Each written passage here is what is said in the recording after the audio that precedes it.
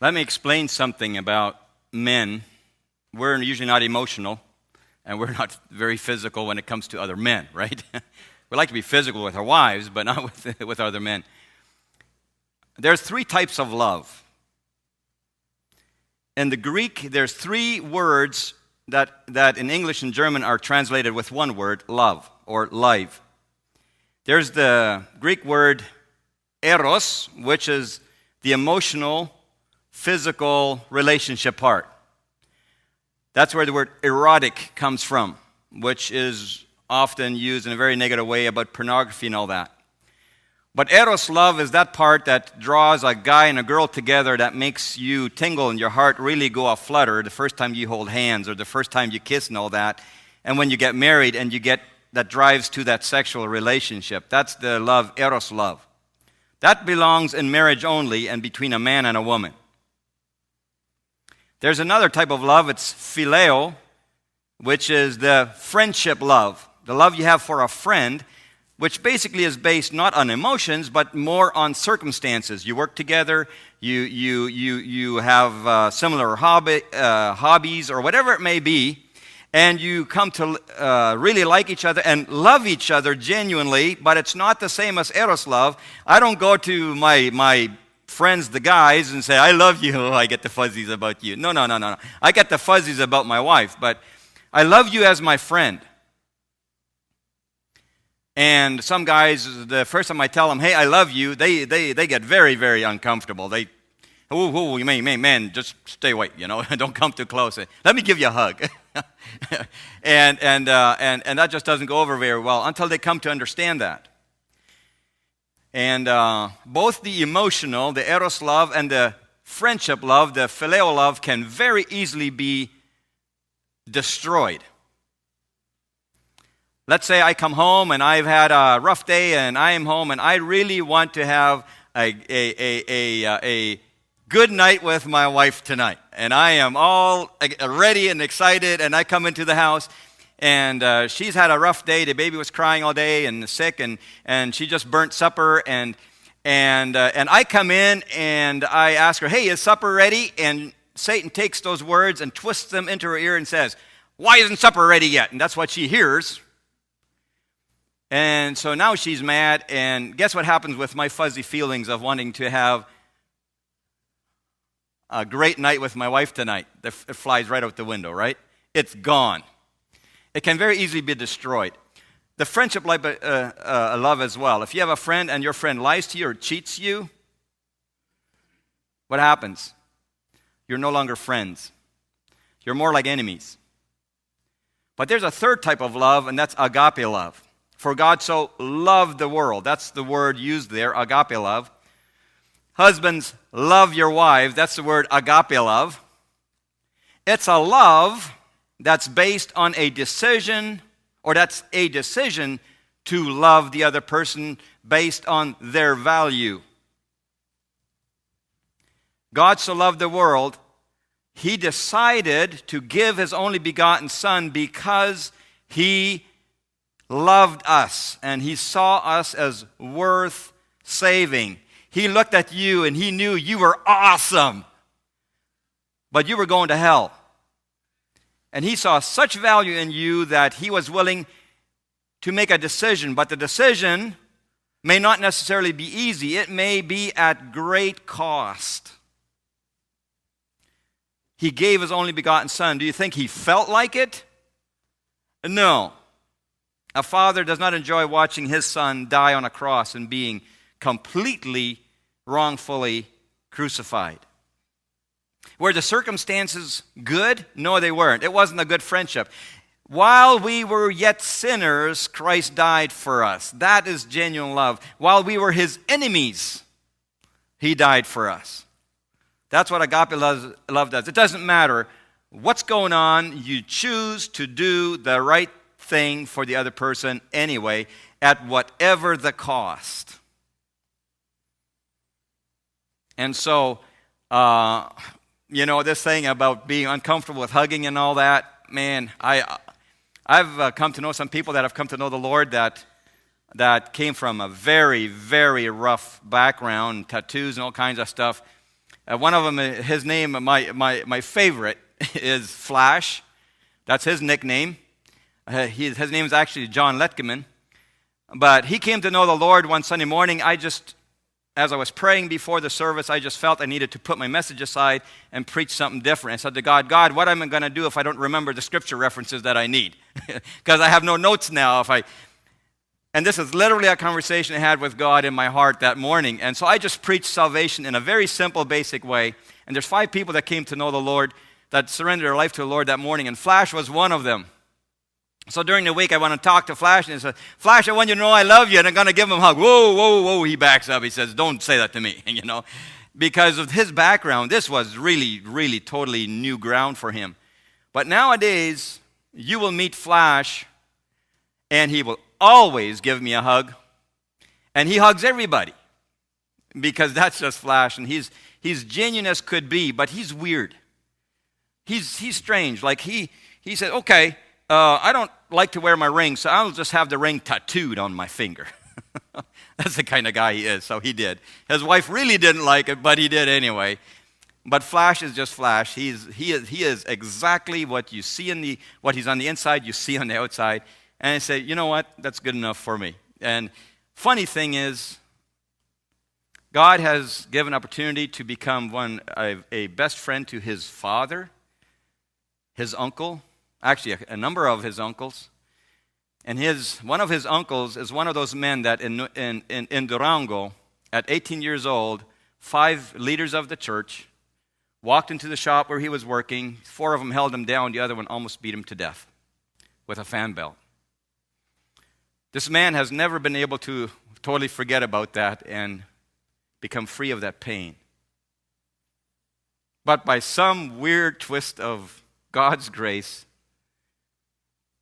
somehow I was able to get into a love relationship with that man that to this day I don't understand. But I was the one man that could hug him, the only minister that could talk to him. And to this day I have no idea what went on.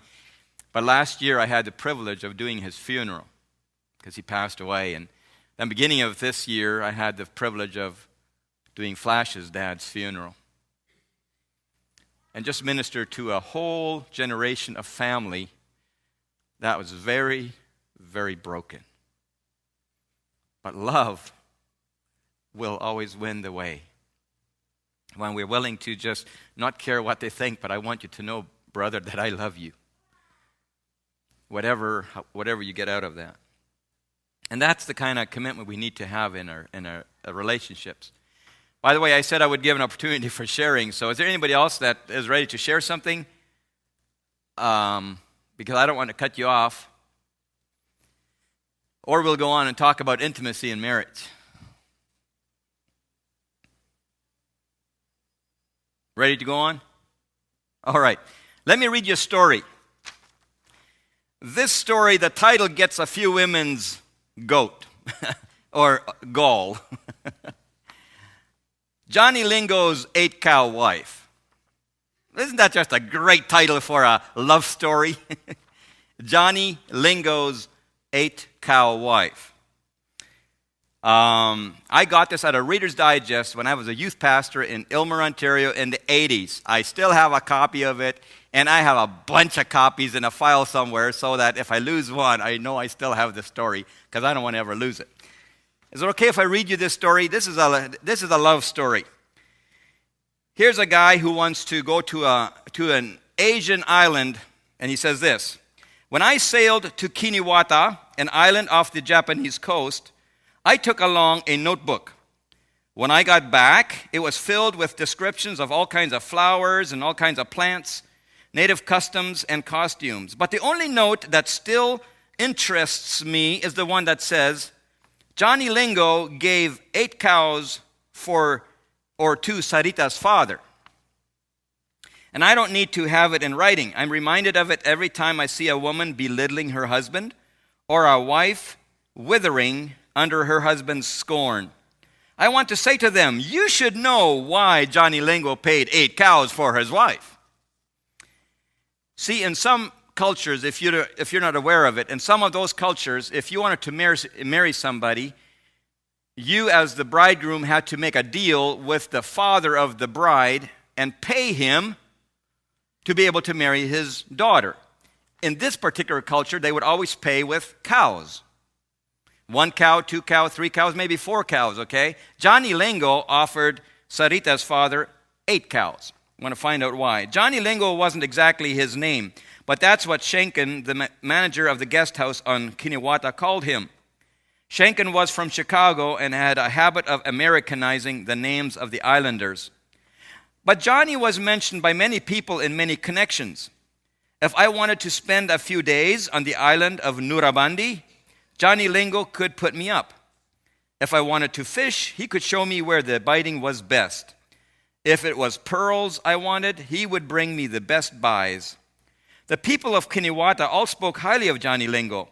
Yet when they spoke, they smiled, and the smiles were slightly mocking. Get Johnny Lingo to help you find what you want, and then let him do the bargaining, advised Schenken. Johnny knows how to make a deal. Johnny Lingo, a boy seated nearby, hooted the name and rocked with laughter. What's going on? I demanded. Everyone around here tells me to get in touch with Johnny Lingo and then breaks up laughing. Let me in on the secret or on the joke. Oh, the people like to laugh, Schenken shrugged. Johnny is the brightest, the strongest man in the islands, and for his age, the richest. But if he's all you say, what is there to laugh about? Only one thing. 5 months ago, at a fall festival, Johnny Lingo came to Kiniwata and found himself a wife. He paid his father 8 cows. I knew enough about island customs to be impressed. 2 or 3 cows would buy you a fair to middling wife, 4 or 5, a very highly satisfactory one. Good Lord, I said, 8 cows. She must have beauty that takes your breath away. She's not ugly, he conceded and smiled a little, but the kindest could only call Sarita plain. And Sam Carew, her father, was afraid that she would never marry and be left on his hands. But then he got 8 cows for her? Isn't that extraordinary? Never been paid before. Yet you called Johnny's wife plain? I said it would be a kindness to call her plain. She was skinny, she walked with hunched shoulders, and her head ducked. She was scared of her own shadow. Well, I said, I guess there's no accounting for love. True enough, agreed the man, and that's why the villagers grin when they talk about Johnny. They get a special satisfaction from the fact that the sharpest trader in the islands was bested by dull old Sam Carew. But how? No one knows and everyone wonders. All the cousins were urging Sam to ask for 3 cows and hold out for 2 until he was sure that Johnny would only pay 1. Then Johnny came to Sam Carew, grasped his hand, and said, Father of Sarita, I offer 8 cows for your daughter. 8 cows, I murmured. I'd like to meet this Johnny Lingo. Well, I wanted fish and I wanted pearls, so the next afternoon I beached my boat at Nurabandi. And I noticed, as I asked directions to Johnny's house, that his name brought no smiles to the lips of his fellow Nurabandians. And when I met the slim, serious young man, when he welcomed me to his home with grace, I was glad that from his own people he had respect unmingled with mockery. We sat in the main room of his house and talked. You come here from Kiniwata, he asked. Yes. They speak much of me on that island? They say there's nothing I might want that you can't help me get. He smiled gently. My wife comes from Kiniwata. Yes, I know. They speak of her? A little. What do they say? Why, the question caught me off balance. They told me you were married at festival time. Nothing more? The curve of his eyebrows told me he knew there had to be more. They also say the marriage settlement was 8 cows. I paused, and they wonder why. They asked that? His eyes lit up with pleasure. Everyone in Kiniwata knows about the 8 cows? I nodded. And in Nurabandi, everyone knows it too. His chest expanded with satisfaction. Always and forever, when they speak of marriage settlements, it will be remembered that Johnny Lingo paid 8 cows for Sarita. So that's the answer, I thought. Vanity, pride. And then I saw her. I watched her enter the room to place flowers on the table. She stood still a moment to smile at the young man beside me. Then she swiftly went out again. She was the most beautiful woman I have ever seen. The lift of her shoulders, the tilt of her chin, the sparkle of her eyes all spelled a pride to which no one could deny her the right. I turned to Johnny Lingo and found him looking at me. "You admire her?" he murmured. She's glorious, but she's not Sarita from Kiniwata," I said. "Oh, there's only one Sarita," he said. "Perhaps she does not look the way they say she looked in Kiniwata." "No, she doesn't. I heard she was homely. They all make fun of you because you let yourself get cheated by Sam Carew." "You think 8 cows is too many?" A smile slid over his face. "No, but how can she be so different?" "Do you ever think," he asked, "what it must mean to a woman to know that her husband has settled on the lowest price for which she can be bought? And then later, when all the women talk, they boast of what their husbands paid for them. One says 4 cows, another maybe 6. How does she feel, the woman who was sold for 1 or 2? This could not happen to my Sarita." "Then you did this just to make your wife happy?" "I wanted Sarita to be happy, yes, but I wanted more than that. You say she's different. This is true. Many things can change a woman. Things that happen on the inside, things that happen on the outside. But what matters most is how she feels about herself. In Kiniwata, Sarita believed she was worth nothing.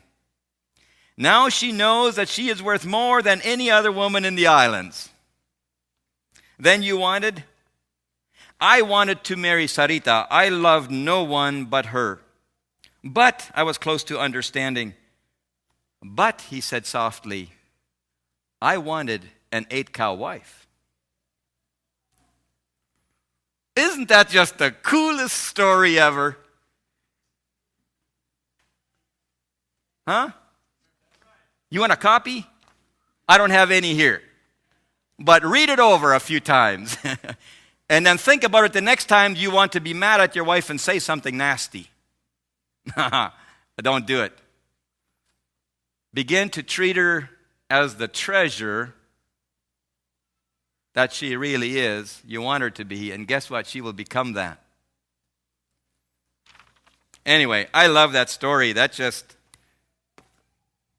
brings me to tears when I think about how I have sometimes treated my wife and how much better I could do. And so we want to talk a little bit about rebuilding intimacy, an intimate relationship. And I'm not going to follow this presentation that I prepared because that would drive us way over time. But I want to talk about intimate relationship between a husband and a wife. And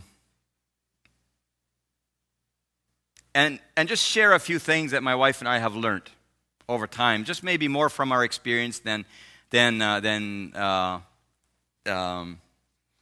well, it's all based on biblical truth ultimately, but let's go back to that scripture that was read from 1 Peter chapter 3. It's one of those very direct, clear passages on marriage about wives and husbands. And what I find very interesting for husbands is verse 7. You husbands, in the same way, live with your wives in an understanding way, as with someone weaker, since she is a woman, and show her honor as a fellow heir of the grace of life, so that your prayers will not be hindered. There's a couple of thoughts in here in this verse that for us as husbands, I believe are extremely important. Number one, that we are to live with our wives in an understanding way. Learn to understand your wife. How many of you understand your wife? One. There's only two of us.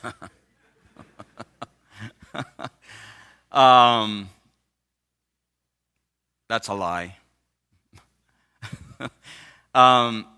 Learning to understand our wives is, as a matter of fact, I joke at these marriage seminars sometimes. You know, ladies and gentlemen, that there is one impossible command in the Scripture that's given to us that is impossible to follow, and that's this one, that husbands are commanded to learn to understand their wives, because I could tell you a whole dozen of jokes about how difficult it is to understand wives, because there's a lot of jokes out there, because most men don't feel they understand their wives, and most women don't feel that their husbands understand them, right? But we are commanded to do that. I remember after one of those seminars, a number of ladies, they came forward and says, Pastor Dave, we need to let you know that it is just as hard for women to understand their husbands as it is for husbands to understand their wives, okay? It's not just a one-way street. And I says, well, that may be true, but to you it doesn't matter at all. You can just write us off as dumb, and that's fine, but we're commanded to learn to understand you see? You're not. There's a big difference. And so if I wanted to walk with God, I got to figure this out. I got to figure my wife out. And so over time, there's a number of things that we learned about doing this, learning to understand each other. One of those things is about the sexual relationship. Most couples, I get into my office, and that does not include Stanley and Judith, okay? Let's make that clear right away. But there's always one of the arguments that comes up, not all the time, but very, very, very often is, what do you think the husband says about their sex life?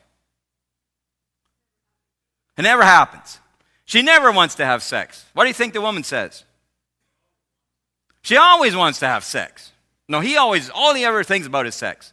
That's all he has in his mind. There's no room for anything else, right? And so there's always this fight about it. As a matter of fact, John Regier talks about one couple that he counseled that had not had a coming together sexually for over 18 years. Tonight is the night. You're the one? It's changing today. But anyway, I mean, the thing is, the sexual relationship is the most intimate part of it, isn't it? It ultimately comes down to that. If Satan can gain an opportunity into your relationship where there's anger or bitterness or things or one or the other is hurt, then it interferes with that part which is the most intimate part of the eros, the feelings part of the relationship. Now, for you women, you don't agree with that. I realize that. It's for men that the sexual relationship is number one. When they ask them, how does your wife love you best? And that's men always, in all surveys, sex always is number one at the top. For women, it's like, I think I mentioned this before, it's 12 or 13. Okay? But there are so many other ways to develop that relationship. So to learn to understand your wife, you need to be able to get into her heart. I believe one of the most beautiful things your wife will ever show you, husbands, is when she begins to feel safe to share the deepest secrets of her heart. All right? When she begins to share the deepest secrets of her heart with you, you need to realize that a miracle is happening right now, and you're beginning to see the greatest beauty of this woman. Because she's beginning to entrust to you that which is the most delicate and the most precious thing in this universe, and that's a person's heart. There is nothing more valuable than that. And that's why we are to guard our heart. And so if you damage that heart, if you get angry and you hurt that heart and she closes up, she's not going to share the deepest secret of her heart. If you have a tendency to get angry, if she wants to share something that bothers her, by the way, for instance, what do we as men often do? What do? I told you already, I shut down. I just, okay, I don't want to talk. And that doesn't help her because she senses me being upset. I have never yelled or screamed at her or called her names, ever. I've never struck my wife or anything like that, but I've often been upset. And I shut down. But she still knows I'm angry, and then she's afraid to open up her heart to me, and she keeps those secrets in. And as husbands, if we can learn to be a safe place for our wives to come to so that they can share their heart with us and open up their heart, well, that will mean that no matter what she's sharing, that number one, I'm committed to not getting angry. I will not get angry. I will not argue back. I will not defend myself. I will not excuse myself. But rather, I will invite her to keep sharing. And how do I do that? By asking questions. And so, what I did with Stanley and Judith, and what I've done with a number of couples this week in some of these mornings, is had them sit across from each other and have him hold her hands and begin to ask questions and talk to her heart. When I say this and this to you, or if you try to share something with me and I get angry, what does that do to your heart? Now she's invited to share it does this and this. What are some of the things that I do that cause you to be hurt or that cause you to shut down? Well, when you don't talk to me. Or when, whatever it may be. And you begin to just ask questions and get into her heart. And the more free she feels to talk about these things, the more she will. But she will say things that maybe are not comfortable, that bother me, or that hurt me. But instead of getting angry or shutting down, I keep asking questions. Can I give you an illustration?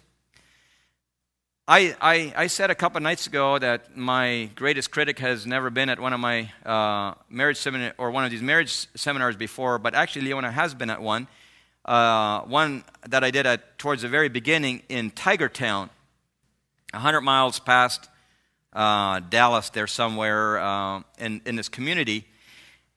And we had done Sunday night, Monday, and Tuesday, I think it was Tuesday or was it Wednesday, we went to Paris for some kind of meeting and stuff like that, and it was getting late.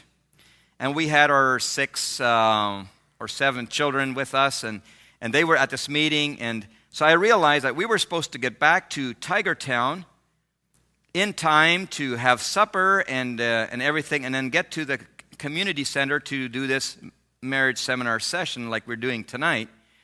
And it was getting very late, and we had a 16 to 20-mile drive to Tigertown plus supper. And it was after 5 o'clock, and the session was supposed to start at 7.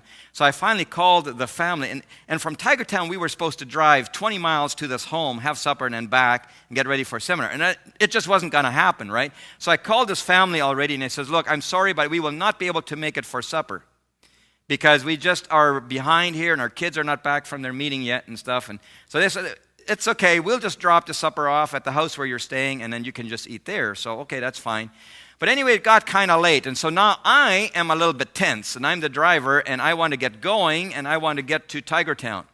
By the way, we shared this at that seminar, so I'm okay to share this, right? Anyway, so I'm driving down the road, and in West Texas by Seminole, we have straight roads like for 50 miles, where you can look 50 miles straight and pass, and by Tigertown, it's all curvy and hills and just like you are right here, and it's hard to pass. And so I'm kind of looking, and I'm looking and moving over to this close to the center of the road, and my wife says, be careful. I mean, the yellow line is solid. You can't pass here. Well, I wasn't passing. I was just looking to see where I could pass, right? And so the line breaks up. I can pass, and it looks clear, and I pull out, and I start speeding up, and I'm right beside this vehicle, and way up there up front, there's a hill, and there's a vehicle coming over the hill. Hey, be careful, there's a car coming from up front. And I says, yeah, I see the car, and we pass, and after a couple of more of these things, I all of a sudden realized, this is really getting on my nerves. I can't handle this for the next 60 miles all the way back to Tigertown. This is going to just chew me up. But how do I say anything to her without hurting her? And I'm thinking about this, and I want to say this very nice, okay? So, but I just need to somehow let her know that this is just bugging me a little bit. And so she's sitting in the bench. This is a van, and one of our kids is sitting in the passenger seat. I'm driving, and she's sitting in the next bench. And I turn around, and I smile, give her the sweetest smile I have, I think. And I try to smile nice, and I say, sweetheart, may I drive?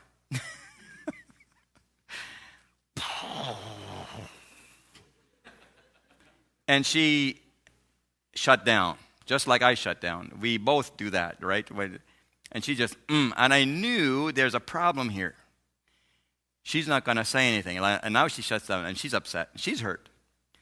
And I'm driving, and I'm looking at her. Hey, we got to talk about this. I'm not going to do a seminar on how to get together, and we're not even talking to each other, And she just sits there and says, not in front of the kids.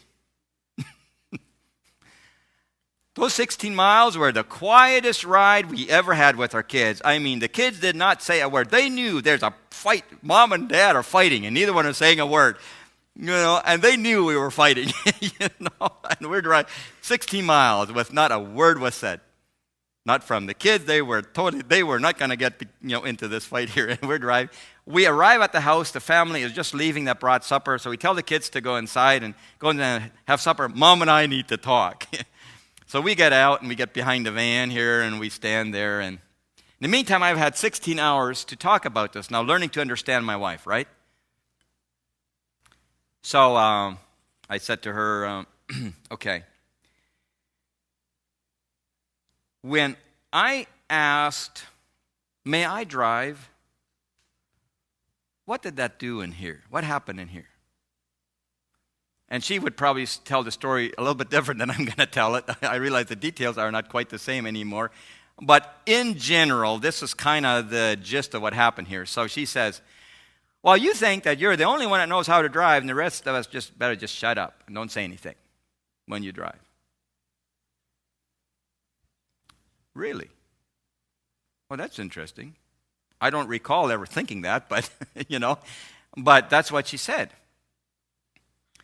And I asked, can I share with you what happens to me in here when I'm driving and you keep telling me, watch this, watch that, watch the other thing? And she says, yeah, okay, go ahead. And I said, well, when I'm driving and I'm looking to see where I can begin to pass, and you tell me to watch the line, what I get out of it is that you don't trust my driving and that I am not capable of driving safely, and that you got to help me. You got to keep telling me what to watch out for and stuff like that. Just like when I was growing up. My dad wasn't home, and my mom was in control, and you got to control me in this. And, you have to make sure that I drive nice. Well, sometimes you miss some things. Well, that is true.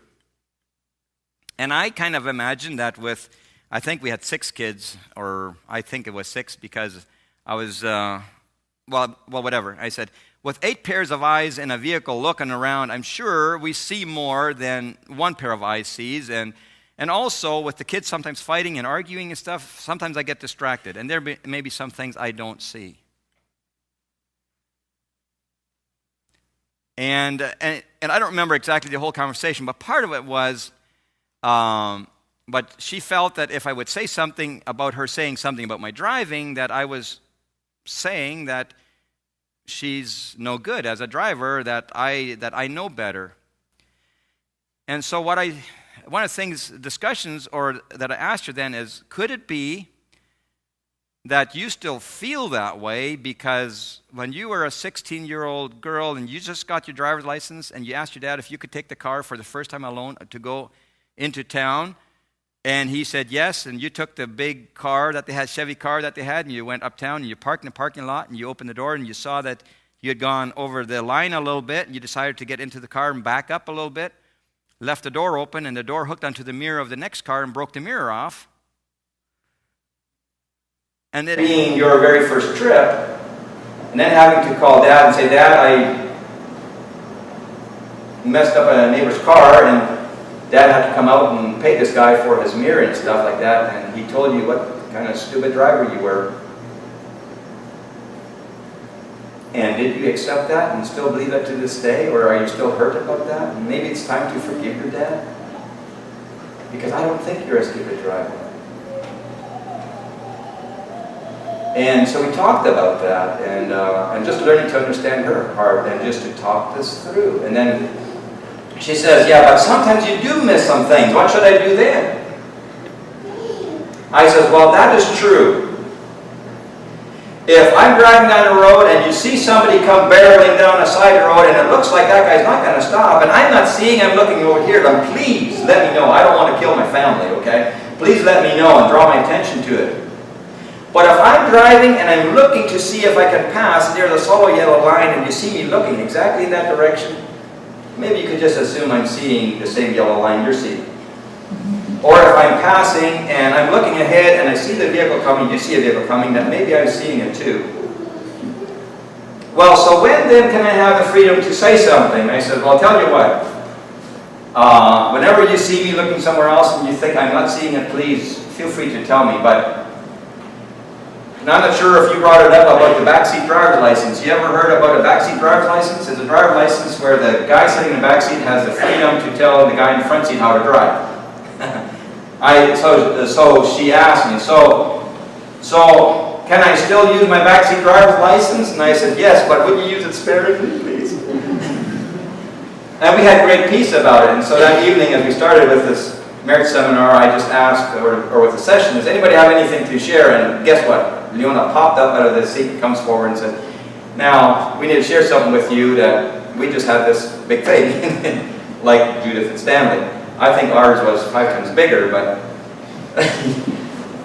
you know, it's not about being perfect, but it's about learning how to work things through when it happen and becoming more intimate with that. So, then another thing that I wanted to share a little bit is about learning, us as husbands, number one, learning to wait for our wives sexually. I shared this at a minister seminar of the MEC, the MEC conference that's in the U.S. It used to be Claymite, and I shared it with the leaders there, and I said, you know, if we as husbands can learn to the self-discipline to wait until our wives are ready for the sexual relationship in the evening, it would be so much better, because, you know, when she can enjoy it to the fullest, it's just so much better for the husband as well. And we talked about it, and a number of months later, one of those ministers called me and says, Pastor, I can't tell you what a difference this has made in our relationship. Yes, sometimes it's hard to wait, but I can't believe the difference it makes in the time we do have together, how much more exciting and enjoyable and exciting, you know, and great it is then. I remember years ago when my wife was pregnant with one of our kids, she was developing a pretty serious hip problem, and it felt like it was going in a joint and stuff, and so he said, well, you know, if he needed to wait until after baby was born, you know, that was fine. And that was a few months or 2 months or so before the baby was born, so that was going to be a 2-month wait. Well, we also practiced something else. In the Old Testament, God gave the Israelites direction that if a baby boy is born, then they were to abstain for 40 days before they would come together again sexually. And if a baby girl was born, then they were to wait for 80 days. And we have found out enough that it actually takes a woman's body longer for her hormones and everything to come back into balance after a baby girl is born. But anyway, so we decided to just practice that for whatever reason. You know, God gave that direction to them, and so let's practice that. So here we have abstained for 2 months, and then a baby girl is born. So there goes another 80 days. That's almost 3 months. You know, so here's 5 months in the going. And so I decided during that time, I want to learn what those other 12 or 30 or 11 or 12 things are that makes a woman feel love other than sex. That's above the 12 for her. So I learned to do back rubs more, foot rubs, you know, all kinds of things. I talked about the shmiyah. By the way, did anybody try that? Give your wife a... Nobody? Nobody went home and took that advice? Well, anyway, as I have focused on abstaining and learning to wait for her, what has happened with that is, so then I have also learned to focus more and more, giving her back rubs as she needs them, giving her foot rubs as she needs, or as I feel she needs, you know, and different things. And the more I have moved towards cherishing my wife and just honoring her as a woman, and seeking to serve her as Christ has served the church, one of the really, really interesting side effects of that is that my wife has become more and more free to understand me and my needs, and that more and more she has come to initiate the sexual coming together when she feels I need it, not necessarily when she feels she is ready. And it has been absolutely blowing my, you know, it has so totally changed our relationship that I just don't have to worry about it anymore. I don't, you know, she senses, hey, by the way, can I explain something to you ladies? For you as women, it's so totally different than it is for men. For men, there is literally a physical drive that builds up. Now I realize that there's older men here, and for older men it changes a bit. It maybe takes a little bit longer, but for the average young male, that drive can build up to quite a high intensity in 2, 3 days, 4 days. And it physically is pushing, needing a release, orgasm, which is the way God has designed the male body. And it's not that he is just thinking about sex, but it's something that builds up. Now, he can get past that, and if guys, if you want to abstain for a period of time and stuff like that, after about 2 weeks of just waiting and not having that relationship, it begins to slow down. I mean, it starts to go down some, right? And it's easier to handle it. But ladies, for men, that is just the way their body works. It's not just mental, it's physical.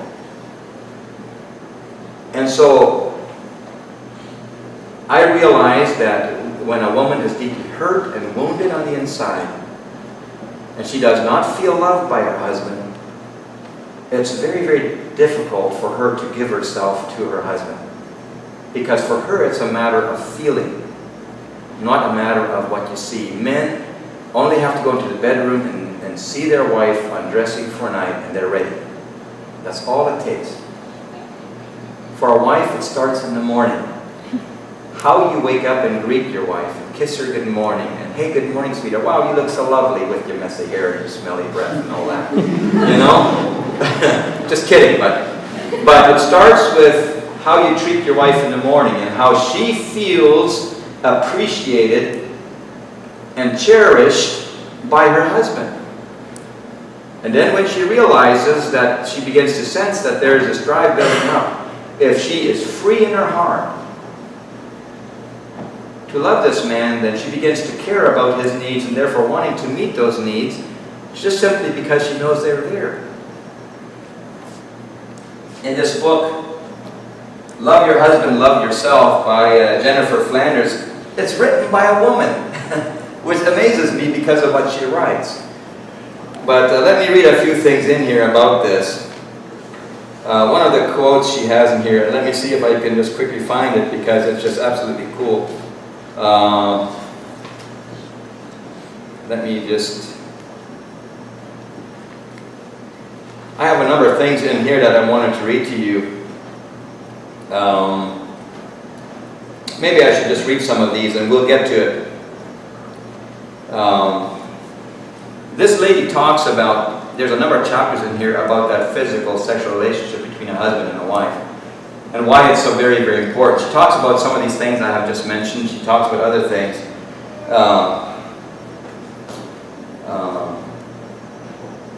Here she says this, we're all familiar with the old adage, if mama ain't happy, ain't nobody happy. Well, in our family, we have another saying, if dad's on edge, we're all on edge. A woman's attitude may set the tone for the entire family, but her husband's temperament affects the household as well. Fortunately for everyone involved, God has given a wife the unique ability to rid her home of conflict and tension, should she choose to use it. That power hinges on her responsiveness to her husband. Here's a novel idea, she writes. Instead of cooking up excuses to skip out on lovemaking, try giving your husband as much sex as he asks for. Make it your goal to never turn him down. I guarantee this will have a huge impact on his attitude and demeanor. Initiate sex yourself once in a while. Such treatment makes for happy husbands, and that happiness will soon overflow, affecting all other aspects of your life. Here's a guy who writes in a book for men only. A recent study by famed marriage psychologist John Gottman found that men who do more housework have both happier marriages and better sex lives. If you help your wife in the house, you'll be happier and have a better sex life, is what he writes. Feldman then admits, picking up the broom or doing dishes after a hard day on the job isn't exactly, well, what you were thinking when you were thinking you couldn't wait to get home. But as Gottman found, this kind of sacrificial support can often be more impressive than a dozen roses. My question is, which came first, the chicken or the egg? Is it really that men who do housework get more sex, or do men who get more sex do more housework? Experience has taught me that when I make it a priority to meet my husband's needs, he is way more interested in helping around the house, without my even asking. And yes, I'm far more impressed by my husband's doing dishes, sweeping floors, or changing diapers than I am by store-bought bouquets.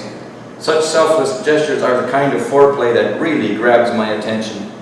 My unconditional willingness to get physical with him, whether he has helped me with the chores or not, is something he deeply appreciates. This cycle of responsiveness, as opposed to resistance, is one of the most characteristic and indispensable components of a happy, contented home. Simply just blessing your spouse in what they need most. Let me see. I once heard a speaker suggest, now here's the one I was looking for. I once heard a speaker suggest to a women's group that a wife should plan occasional romantic interludes for her husband. With the same forethought, she would invest in preparing a gourmet meal. She should light candles, play soft music, perfume the sheets, wear a new nightie. Give him a real feast for his senses. The speaker reasoned that if a wife made sex extra special in this way, her husband would be content to wait longer between trysts or between these events. So just make it more special, and then the husband will be able to wait a lot longer. Okay, that's what this speaker said. And then this writer writes, I probably don't have to tell you that this speaker was a woman. Clearly, that is exactly how women think. Wow, I'll really outdid myself tonight. That should tide him over for at least a week or two. Let me warn you, if you haven't figured it out already, this is not how the minds of most men work. They think, wow, that was great. Let's do it again tomorrow night. Okay. I thought the five-star dinner analogy was very appropriate, though. How many guys do you know who could get full on an artful arrangement of a silver dollar-sized pork medallion sprinkled with fresh rosemary, flanked by 3 green beans and a curled carrot shaving, especially if they haven't eaten in days? If it has to be either or, I think most men would choose a steady diet of meat and potatoes over a sporadic sampling of gourmet delicacies. Hey, let's just do this more regularly and don't worry about all the fancy things, okay? That's basically, and it's a woman writing this. This is quite interesting, insightful. This is the kind of stuff we have to be married about, right? When we read this kind of stuff. By the way, my wife and I try to find a book or a seminar or something to do every year on marriage, and this is one of those, to just enrich our marriage, because we heard somewhere that statistics show that anytime you go to a seminar about marriage, or about leadership, or about anything else, or you read a book or so on, you become 5% better. And so if we keep doing this, by the time we're 90, we'll be great. Right? We'll be a Sarah and Abraham. The funny thing is, this last, talking about how people remain looking young. Okay, let me backtrack. As I poured over these findings, I was reminded of an article I had read years earlier, while still in my teens. In it, a dozen actresses of advancing years shared the beauty secrets that kept them looking young. Fast forward to the last one. The other actress, who really was much older than her apparent age, insisted the thing that kept her looking young was lots of sex. The funny thing is, this last actress was spot on. Years before David Weeks had even commenced his research, she'd hit upon the same conclusion. That conclusion is this: the super young, those folks whose appearance belies their age, enjoy a robust or a healthy sex life significantly higher than average for their age group in terms of quantity and quality, usually in the context of a loving relationship. By the way, this only works if it's a loving relationship between a husband and wife. It doesn't work if you're in other relationships sexually. There it actually does just the opposite. It makes you older faster.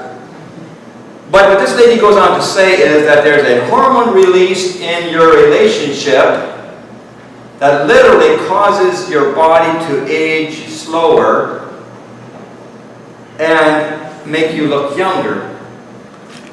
And there's a whole list of benefits that come from a healthy sexual relationship. And I won't read all those, but she lists a whole list here. So let me just read this last one about being young. Here's a paragraph. Another hormone that factors into our overall health and appearance is DHEA, dihydroepiandrosterone, something like that. DHEA, according to Teresa Crenshaw, author of The Alchemy of Love and Lust, DHEA may be the most powerful chemical in our personal world. It helps balance the immune system. And by the way, this hormone is released when you have sexual intercourse, both for the woman and for the man. And this hormone does this. It helps to balance the immune system, improves your mental health, promotes bone strength, and maintains and repairs tissues, keeping your skin healthy and soft.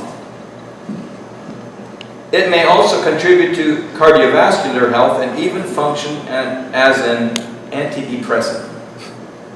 Well, of course, I'm not depressed when I am getting together with my wife. That doesn't depress me. That makes me happy, right? It works as an antidepressant. This antidepressive action is beneficial to our appearance as well, because when you feel better, you look better. And so she goes on to talk about a lot of things that happen if you have a healthy physical relationship between you and your husband or you and your wife, because it literally improves your health on all fronts in all areas of your physical body. And it literally can make you look 10 years younger, which, by the way, is the greatest benefit that all those facelift doctors that do all the stuff, the most they can promise you is 10 years will make you look 10 years younger. You don't have to go and pay them anything. You just have to have a good relationship with your spouse, and you get the same benefit. To look 10 years younger. Doesn't my wife look young? Anyway, I'm going to quit there because it's 9 o'clock. Is there anybody that has a question or would like to say something before we close? Or share something? There's so much more that could be said about this personal relationship, but we're going to leave it at that. I'm wondering if I should invite my wife up. Would you want to say anything yet? Do you want to? No? Anybody? Any questions?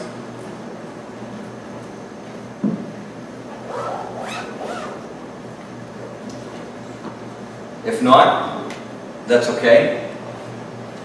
Can I just encourage you that I realize that what I have just shared with you about the sexual relationship, for some of you, it angers you. Because your relationship with your husband or with your wife is not healthy, is not good, and if there's unresolved issues, it doesn't work. I realize that. I shared this one time at an event, and I got one lady very, very angry, and her family told me about it. But I realized I knew the lady already, and I knew the bitterness in her heart toward her husband. And then, of course, if there's bitterness in your heart, there's no way that this can work. And that's what this whole seminar has been about reclaiming surrendered ground. If you want to work on the intimacy part of your relationship, and really beginning to, or develop a free heart to have that kind of a love relationship with your husband and wife, where you literally are not thinking about yourself anymore, but you think more of the needs of your spouse. For me, that was difficult, but I remember years ago making a decision that I would try to back off and just learn to love my wife as she was, and wait until she was ready. And there was times when that was very tough, because when that goes past a week or two, that literally for a man gets to be quite difficult. But as I continued to practice that, and as over time I learned more and more how to just be a blessing to my wife and serve her, instead of asking for a back rub, offering a back rub, even if it was 11:30 at night. Foot rubs, whatever, playing with the kids and focusing more and more on her rather than myself, learning to serve her.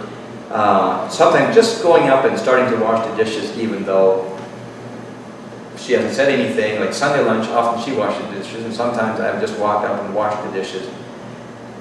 And she appreciates it when I do that. That doesn't mean we're going to have sex that night.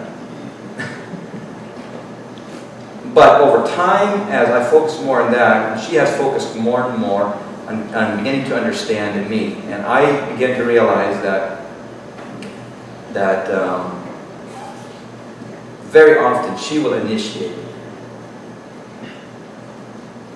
because she senses that it's time. Somehow, I don't know if you see it, if you sense it in my, just the way I am, a little bit more, but she just knows. She just knows this is a good day, and it is. And and what a blessing, what an absolute blessing to know that your wife desires to meet your need just as much as you desire to be a blessing to her. To become so selfless that you care more about the other than about what I want. It's no longer about what I want, it's about what you need. And she has come along and doing exactly the same thing. But it started out years ago about first cleaning out the anger, the bitterness, my bitterness towards my mom, because I turned a lot of that towards my wife.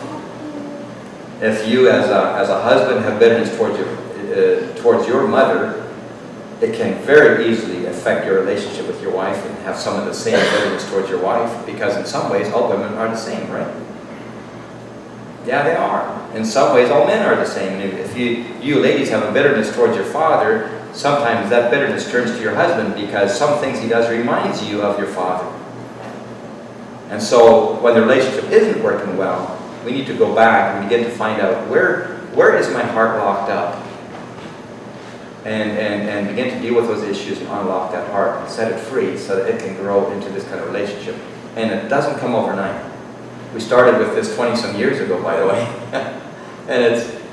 and we started here, and we've been married 32 years.